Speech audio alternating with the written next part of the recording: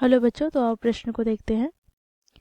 X square minus 3x plus 1 बटे x plus 3 में कौन सा परिमेय व्यंजक जोड़ा जाए कि एक्स स्क्वायर प्लस 1 बटे एक्स माइनस 2 प्राप्त हो जाए।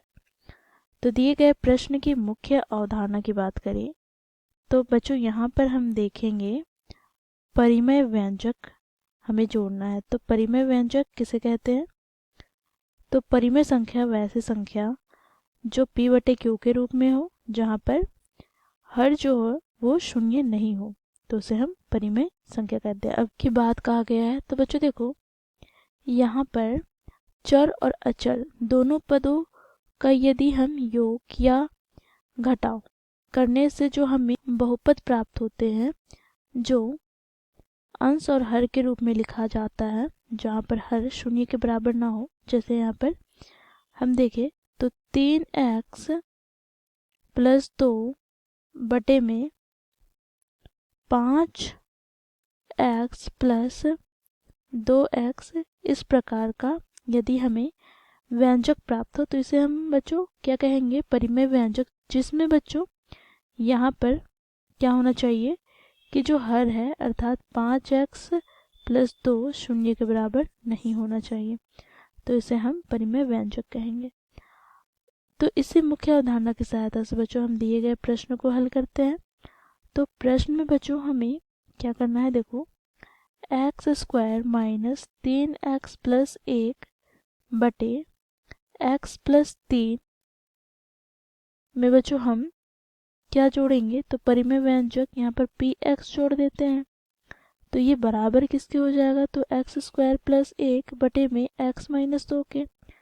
तो यहाँ से बच्चों देखो px बराबर क्या हो जाएगा? तो एक्स स्क्वायर प्लस 1 बटे x माइनस 2 माइनस, यहाँ पे पक्षांतर कर रहे हैं तो यह पद बराबर के दाईं ओर जाएगा तो माइनस में हो जाएगा, और यहाँ पर x square minus 3x plus 1 बटे में x प्लस 3। बच्चों यहाँ पर हम लघुत्तम ले लेंगे तो यहाँ से हमें प्राप्त हो जाएगा px बराबर, यहाँ पर लघुत्तम लेने पर बटे में हमें प्राप्त हो जाएगा x माइनस 2 गुनी x प्लस 3। तो बच्चों यहाँ से x माइनस 2 से x माइनस 2 कट जाएगा, तो यहाँ से हमें प्राप्त हो जाएगा x प्लस 3 गुनी एक्स स्क्वायर प्लस 1। इसी प्रकार यहाँ पर माइनस हो जाएगा, x प्लस 3 से x प्लस 3 कट जाएगा, तो यहाँ से x माइनस 2 गुनी x square minus 3x plus का 1।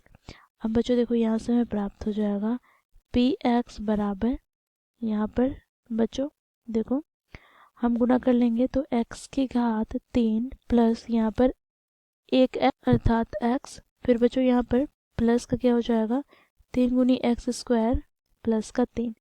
अब बच्चों यहाँ पर इसे हम सरल कर लेते हैं तो माइनस, यहाँ पर बच्चों इसे कोष्टक में लिखेंगे तो x की घात 3, फिर यहाँ पर माइनस 3 गुनी एक्स का स्क्वायर, फिर यहाँ पर प्लस का x, फिर इसी प्रकार माइनस 2 से गुना करेंगे तो माइनस 2 गुनी एक्स स्क्वायर प्लस 3 दूनी 6x माइनस 2 बटे में यहाँ से हमें क्या है प्राप्त? तो देखो x माइनस 2 गुना x प्लस 3। तो यहाँ से हमें प्राप्त हो जाएगा px बराबर, बच्चों देखो x के घात 3 प्लस 3 गुनी x square plus x plus 3।